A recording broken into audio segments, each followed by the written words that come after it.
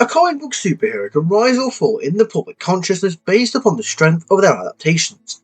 A great movie or cartoon can elevate a character to iconic status, much like Batman's surge in popularity starting in the 1980s following the success of Tim Burton's Batman. Likewise, a lackluster adaptation can sour fans on a character for years. Amid discussions about the quality and impact of superhero adaptations, little attention is given to supervillains. Only the most popular ones, such as the Joker, are regularly discussed, and even then the focus is often on how cool they were rather than how faithful they are to the source material. Welcome to Popcorn Programming, and here is our list of the 10 most comic-accurate supervillain adaptations of all time. Pop! In number 10, we have the Ultron in the Avengers Earth's Mightiest Heroes. Ultron is one of the most enduring and formidable adversaries that the Avengers have ever faced. First appearing in Avengers number 55 in 1968, created by Roy Thomas and John Buscema, Ultron is a synthetic being built by Hank Pym, the astonishing Ant-Man, to help try and bring peace to the world. However, after concluding that humanity itself is the greatest threat, Ultron dedicates himself to mankind's destruction, becoming one of the Avengers' deadliest foes. Given that his schemes revolve around the total extermination of humanity, it is no surprise that Ultron has appeared in nearly every adaptation of Marvel's Mightiest Heroes, from live-action films to animated series. The Avengers Earth's Mightiest Heroes is an animated series that ran from 2010 to 2012, and is frequently heralded as one of the best adaptations of the Marvel Universe, and for good reason. While the show featured deep and soulful portrayals of its title heroes, the villains also received rich characterization, and Ultron was no exception. Rather than altering his origins or adding conflicting personality layers, as seen in his 2015 live-action debut, EMH focuses on the chilling reality of a machine locked into a deadly solution. Voiced by the legendary Tom Kane, Ultron is utterly unrelenting, taking on powerhouses such as Hulk and Thor with his metallic hands and countering any emotional pleas with cold, fatalistic logic. In number 9, we have Kraven the Hunter in the 1994 Spider-Man animated series. Kraven the Hunter is one of Spider-Man's oldest foes, yet he hasn't been adapted into a wide range of Spider-Man media over the years. Most of his appearances outside of the comics have been limited to video games and the animated series, and with a few of these versions capture the complex honor system that drives Sergei Kravinoff. While Kraven is undoubtedly one of the greatest hunters in the Marvel Universe, the clue is kind of in the name, he doesn't hunt out malice or a sense of domination. Instead, he respects his prey and refuses to use lethal weaponry or modern machines, embracing the traditions of his ancestors, and this respect extends to Batman. Across Kraven's various adaptations, nearly every version either portrays him as incompetent or omits his honour and morality. More modern interpretations even abandon his central ethos, equipping him with all manner of sci-fi weaponry. These modern dilutions only highlight how excellent the Spider-Man animated series from the 1990s was in its portrayal of Kraven. Voiced by Greg Berger, who is best known for being the original voice of Transformers Grimlock, this version of Kraven is not only a highly skilled hunter, but also deeply honourable. He occasionally allies with Spider-Man, most notably when Peter Parker mutates into the monstrous Man-Spider. In number 8, we have the Reverse Flash in the DC animated movie universe. Professor Zoom, known as the Reverse Flash, is perhaps the most recognisable and infamous foe in DC's Scarlet Speedster. Thanks in no small part to the dual portrayal of Tom Cavanagh and Matt Letscher in the live-action Flash TV series, Eobard Thawne has become synonymous with Barry Allen's pain and suffering. However, as many of the show would agree, the Reverse Flash's impact gradually diminished over time, with his repeated returns undermining the increasingly absurd defeats. Great villains are best used in moderation, and Thawne's overexposure only tarnished the memory of what was once a truly menacing antagonist. There is, however, another version of Professor Zoom that is just as, if not more iconic than the CW's interpretation. In just one film, 2013's Justice League The Flashpoint Paradox, the animated Reverse Flash became a haunting presence for both Barry Allen and the DC Universe at large. Driven purely by his obsessive hatred of the Flash, Thawne seizes on Barry's reckless time travel, choosing to do nothing but watch as the Flash inadvertently isolates himself from his friends and warps the world beyond recognition.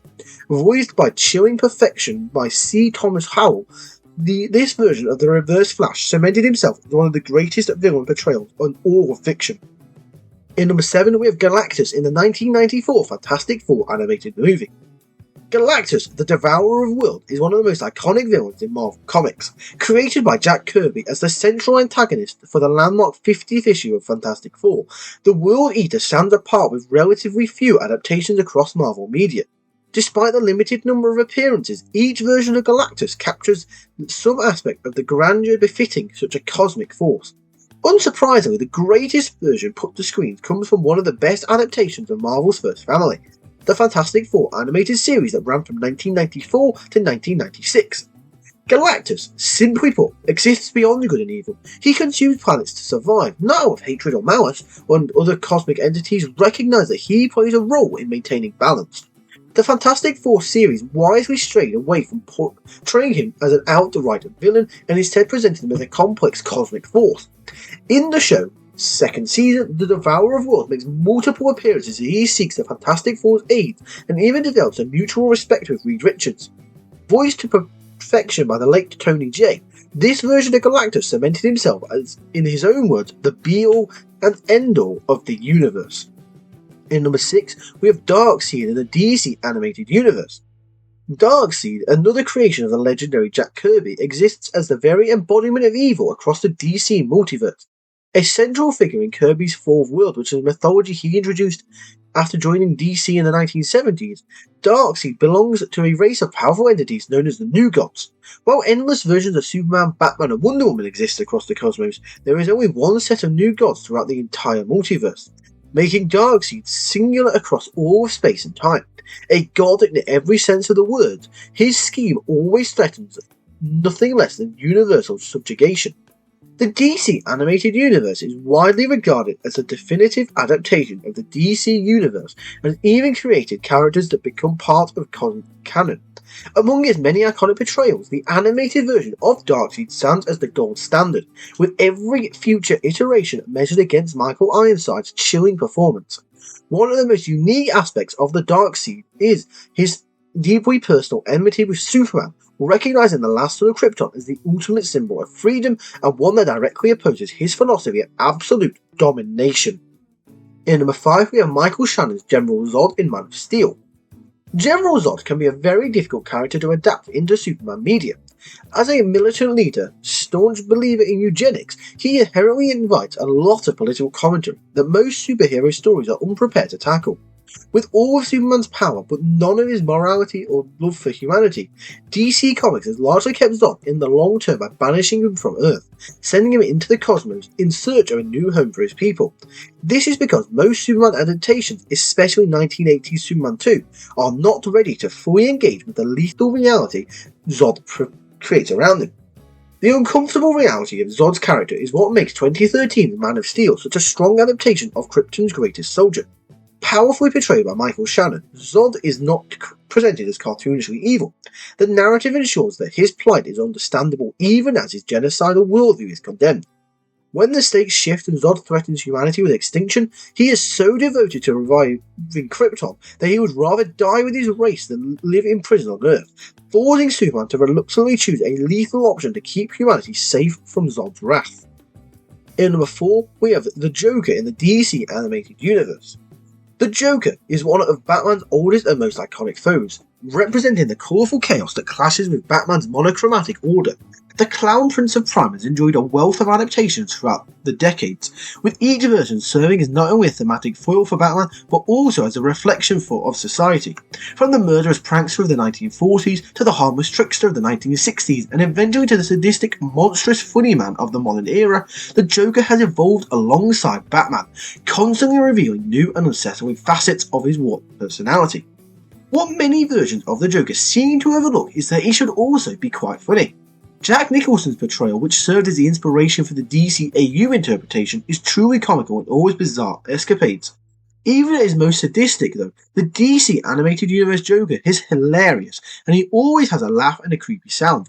Mark Hamill's legendary performance redefined how the Joker should sound, his iconic laugh echoing through history, a perfect, almost musical reflection of this version's theatrical and unpredictable nature.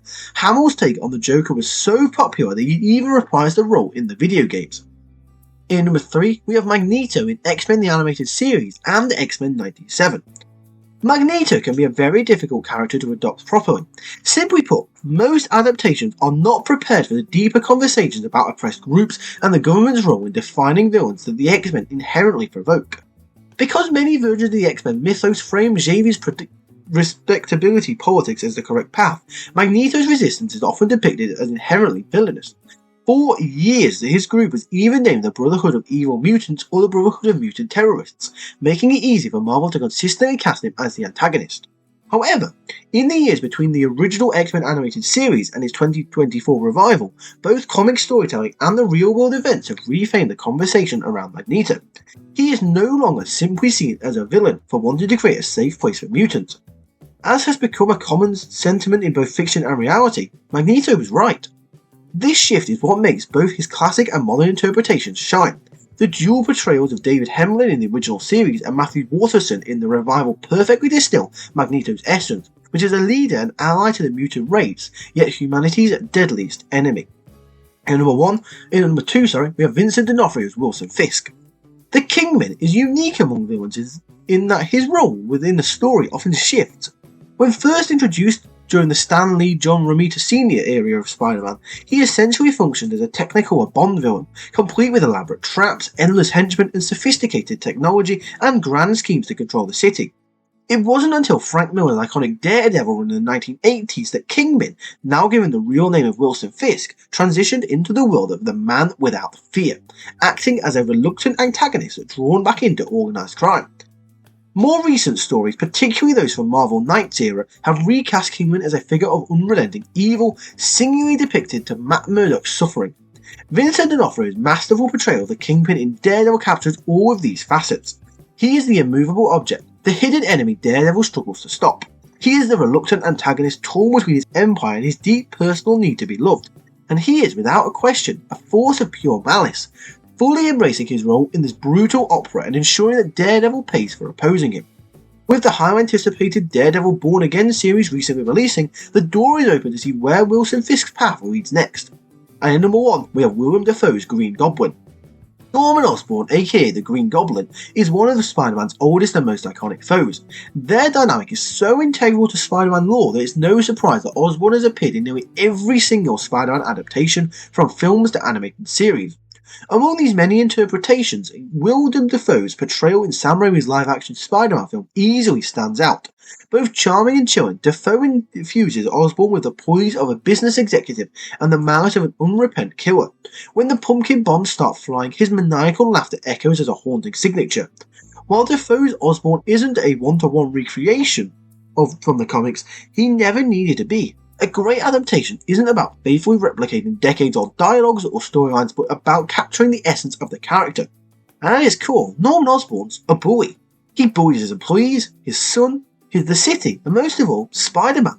He's so much of a bully that a single version of Osborn has managed to upend the lives of 3 different Spider-Men. Any future iteration of the Green Goblin will undoubtedly live in the long emerald shadow Dafoe has cast. And there you have it. There's our list. So what do you think? What is your favourite supervillain adaptation of all time? Let us know in the comment section down below. If you enjoyed this video, be sure to give it a thumbs up and click the subscribe button if you're new around here. That's all for now. So I'd like to thank you for watching, and we'll see you later.